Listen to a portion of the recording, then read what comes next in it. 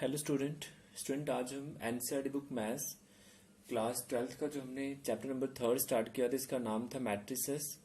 Student उसमें आज का जो हमारा टॉपिक होगा वो elementary transformation operation of matrix होगा।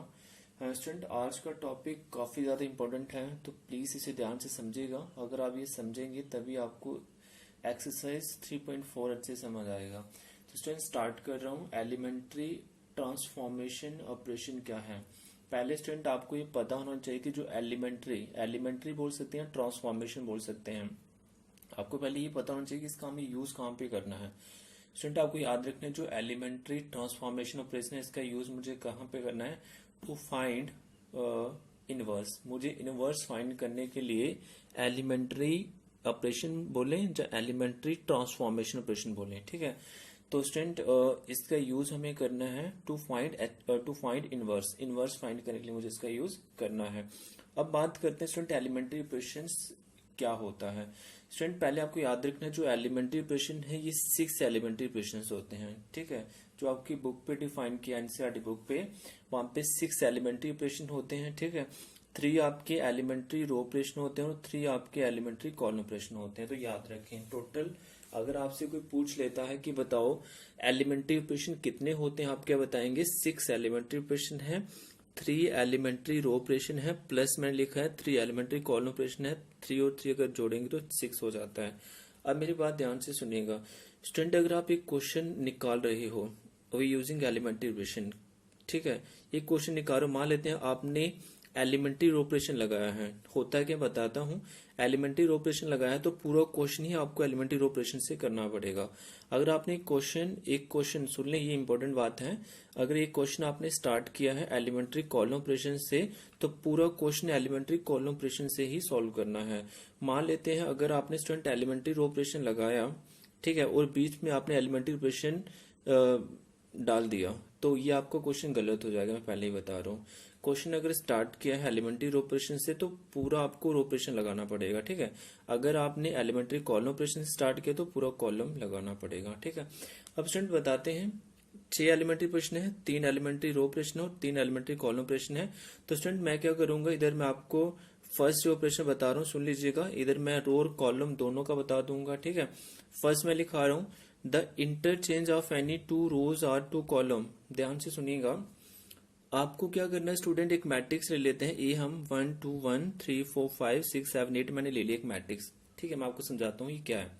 फर्स्ट क्वेश्चन क्या कहता है, द इंटरचेंज ऑफ एनी 2 रोज और 2 कॉलम्स, ठीक है। तो यहाँ पे मैं रोज का भी बता रहा हूँ और कॉलम का भी बता रहा हूँ, और मतलब इधर मैंने कॉलम का लिखा है, इधर मैंने रो का लिखा है, कि आपको क्लियर हो जाए, ठीक है। अब मेरी बात सुने ध्यान से, इतना तो सबको पता है, ये आपका R1 रो है, ये आपका R2 रो है, ये आपका R3 रो है, ठीक है। सब मेरी बातें। अब मेरी बात सुने, मैंने क्या किया, R1 जो स्टूडेंट इंटरचेंज है ना, इसे हम साइंबोलिकली हम इसे ऐसे दिखाते हैं, ये दिख रहा है ना आपको एरो जो मैंने लिखा है, इसे हम बोलते हैं इंटरचेंज, ठीक है। ये जो सिंबल इसे क्या बोलेंगे, इंटरचेंज। R1 इंटरचेंज R2 मैंने लिखा हुआ है। तो इंटरचेंज कैसे करते हैं, सुने ध्यान से स्टूडेंट, ये आपका R1 ये आपका R2 है, सबको दिख रहा है ना। तो आप क्या करें, R2 को ऊपर लिख दें, R1 को नीचे लिख दें। तो कैसे लिखा मैंने, सेकेंड रो को यहां से उठा के मैंने फर्स्ट में लिख दिया, तो 3 4 5 आ गया, और फर्स्ट रो को मैंने सेकेंड में लिख दिया 1 2 1, ठीक है। तो ये इंटरचेंज है, कितना आसान है इंटरचेंज। तो ऐसे आप किसी भी 2 रो को इंटरचेंज कर सकते हैं, ठीक है। आप R1 R3 को भी कर सकते हैं, आप R2 R3 को भी कर सकते हैं। इंटरचेंज सिखा रहा हूं कैसे करते हैं। अब मेरी बात ध्यान से सुनिए स्टूडेंट, अब स्टूडेंट के दिमाग में डाउट होगा कि सर जब आप इसे इंटरचेंज कर रहे हो, तो हमें यहाँ पे जो मैट्रिक्स मिल रहा है, क्या ये और ये इक्वल मैट्रिक्स होगा, है ना। पहला डाउट ये होगा। मैं स्टूडेंट आपको बता देता हूँ, मैंने टाइप नंबर 8 पढ़ाया था, टाइप्स ऑफ मैट्रिसेस में। वहां पे मैंने पढ़ाया था इक्वालिटीज ऑफ मैट्रिसेस, याद है ना आपको। वहां पे इक्वल मैट्रिक्स कब होंगी, जब इनके कॉरेस्पॉन्डिंग एलिमेंट इक्वल होंगे, तो इनके नहीं है, तो ये दोनों मैट्रिक्स इक्वल नहीं होंगी, आपको याद रखना है। दूसरा डाउट ये होगा बच्चों के दिमाग में कि सर हम इसका यहाँ पे R1 R2 ये चेंज क्यों कर रहे हैं, है ना। स्टूडेंट क्यों कर रहे हैं ये मैं आपको बताऊंगा, कहाँ पे इसका यूज करना है, बट मैं आपको सिर्फ सिखा रहा हूँ कि आपको ये पता होना चाहिए कि फर्स्ट क्वेश्चन क्या कहता है, द इंटरचेंज ऑफ एनी 2 रोज और 2 कॉलम। इंटरचेंज कैसे करते हैं, R1 इंटरचेंज R2 मैंने कैसे किया, R1 को नीचे लिख दिया, R2 को ऊपर, पूरी रो को उठा के चेंज कर दिया है, ठीक है, ये आपको ध्यान रखना है। ये स्टूडेंट हो गया एलिमेंट्री रो ऑपरेशन, ठीक है, एक हो गया एलिमेंट्री रो ऑपरेशन। कितने होते हैं, 3 होते हैं। इसी में मैं आपको एलिमेंट्री कॉलम का भी एक बता रहा हूँ, फिर 2 हमारे हो जाएंगे। देखिए स्टूडेंट काफी इजी है, यही मैंने एक मैट्रिक्स से लिया 1 2 1 3 4 5 6 7 8, ठीक है। कॉलम कैसे होते हैं बताएं, ये C1 कॉलम ऐसे होते हैं, C2 कॉलम, ये C3 कॉलम, नीचे लिखे हुए हैं, ठीक है। मैंने क्या किया स्टूडेंट, C1 इंटरचेंज C2 करा, ये सिंबल अभी याद हो जाएगा ना, इंटरचेंज बोलते हैं इसे, ठीक है। ये इंटरचेंज C1 इंटरचेंज C2 करा।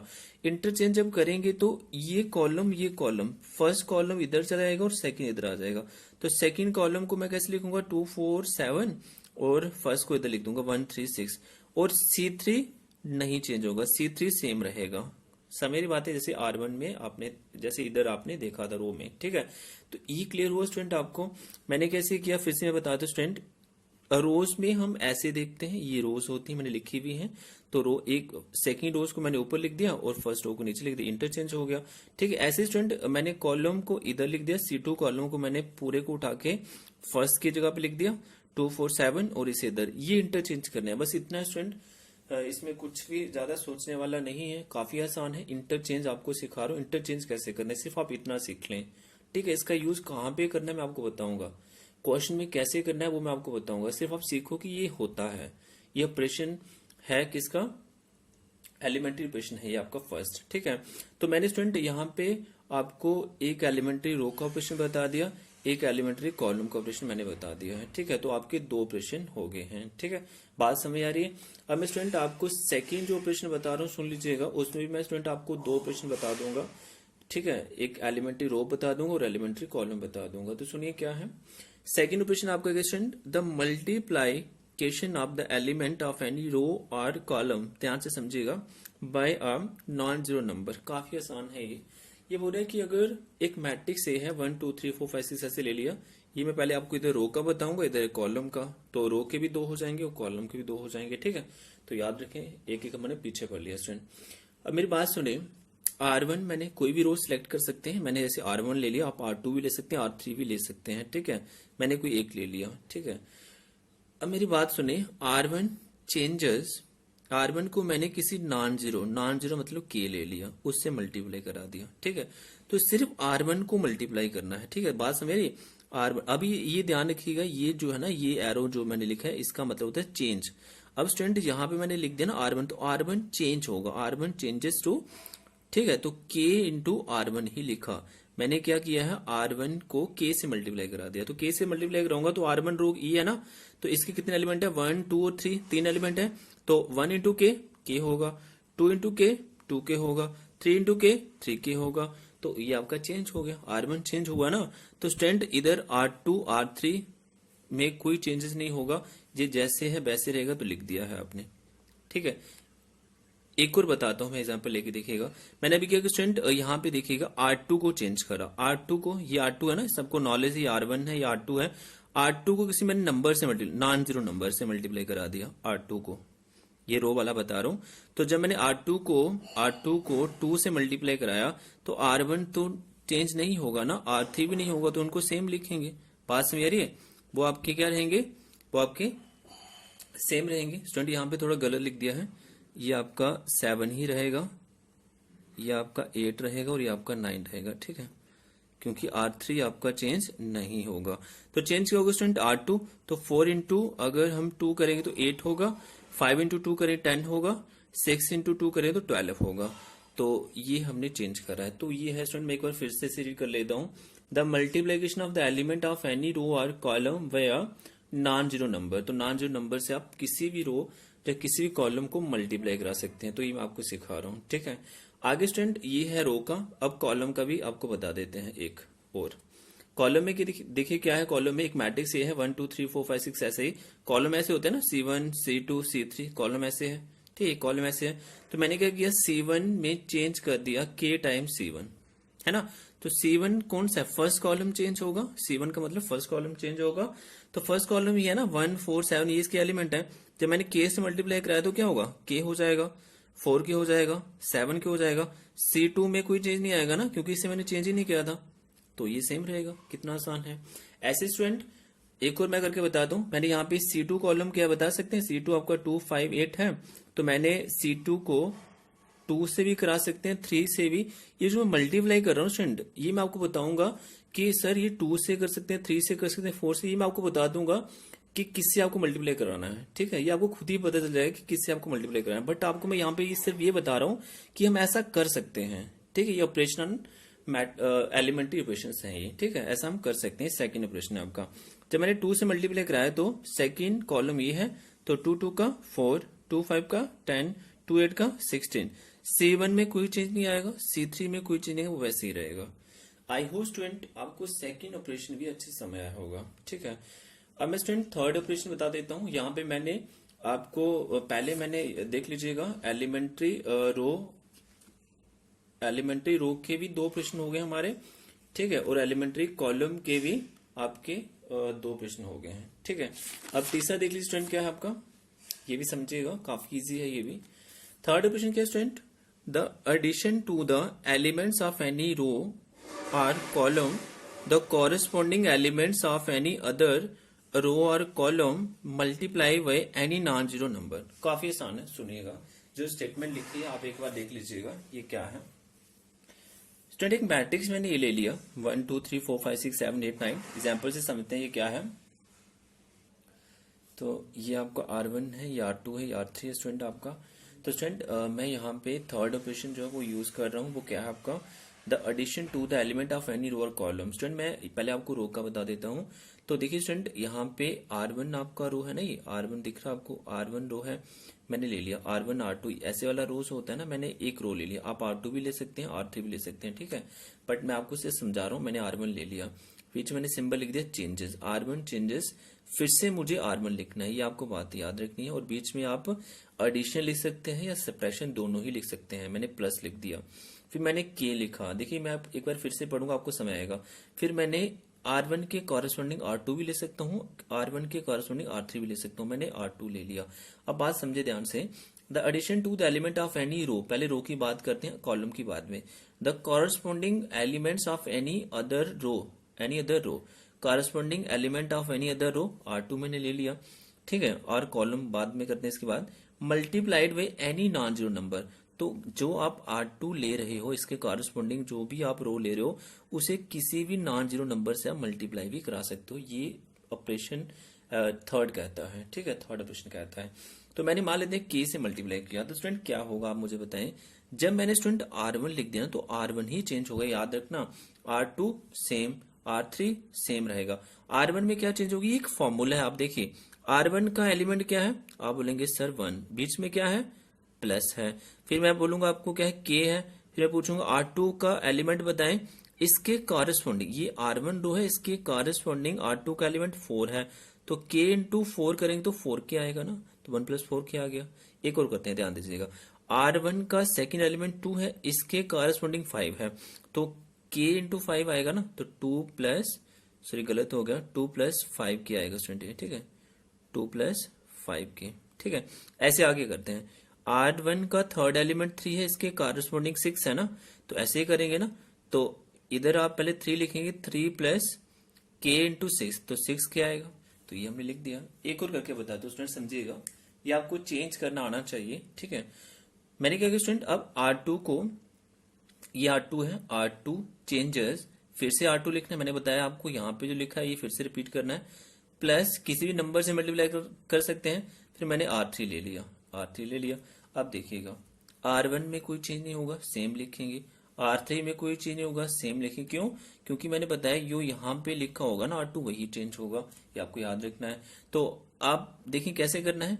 अब R2 का एलिमेंट कितना है बताओ, आप बोलेंगे सर 4 है, बीच में प्लस 2 इंटू R2 के कॉरेस्पॉन्डिंग R3 का एलिमेंट बताइए ना कितना है, 4 के कॉरेस्पॉन्डिंग 7 है, तो 2 इंटू 7, तो यही तो लिख रहे हैं, 4 + 2 इंटू 7।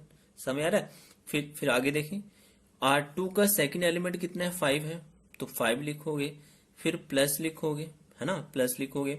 फिर 2 लिखना है, क्योंकि 2 से मल्टीप्लाई कर रहे हैं। ये 2 से ही क्यों कर रहे हैं स्टूडेंट, 3 4 5 किसी से भी कर सकते हैं, बट मैं आपको बता रहा हूँ ऐसा कर सकते हैं, सिर्फ ये सीखें आप। ठीक है, फिर R3 5 के कारस्पॉन्डिंग R3 का एलिमेंट 8 है, तो ये ऐसे लिखा है 5 प्लस 2 इंटू 8।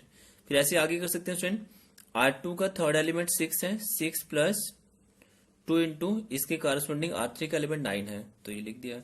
तो ये सेम रहेगा, तो इसे सॉल्व कर लीजिएगा, बाकी सेम लिखिए ना। 7 का 14 प्लस 4 जोड़ेंगे 16, 2 इंटू 8 16 प्लस 5 21, 2 9 का 18 प्लस 6 24, तो ये आपका आ गया है।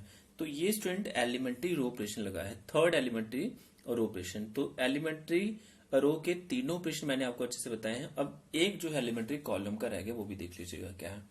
स्टूडेंट एक मैट्रिक्स ए लिया है 1 2 3 4 5 6 7 8, इसमें स्टूडेंट कॉलम में चलना होता है, बस ये इतना चेंजेस है इसकी जैसे, बट इसमें कॉलम को देखना होता है।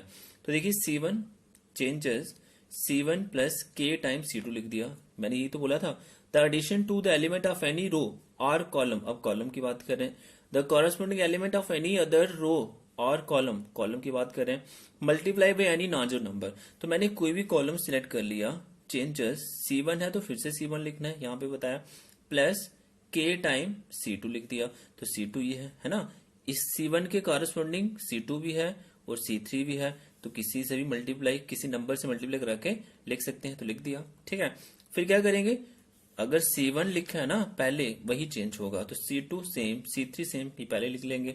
अच्छा कैसे लिखेंगे बताओ, C1 का एलिमेंट क्या है पहला 1, फिर आप बोलेंगे सर प्लस, फिर क्या लिखेंगे K लिखेंगे, इसके कारस्पॉन्डिंग 1 के कारस्पॉन्डिंग C2 का एलिमेंट बताओ 2, तो यही तो लिखा है 1 प्लस 2K, समझ आ रहा है 1 प्लस 2K। फिर ऐसे ही C1 का सेकंड एलिमेंट कितना है बताओ 4 है, तो 4 लिखोगे, प्लस K लिखोगे, इनटू में 4 के कारस्पॉन्डिंग C2 का एलिमेंट 5, तो 5, तो 4 प्लस 5 के आ गया। ठीक है, फिर C1 का थर्ड एलिमेंट 7 है और प्लस K लिखोगे, और इसके कारस्पॉन्डिंग C2 का एलिमेंट 8 है, तो 7 प्लस 8 के आ गया, बाकी सेम रहेंगे।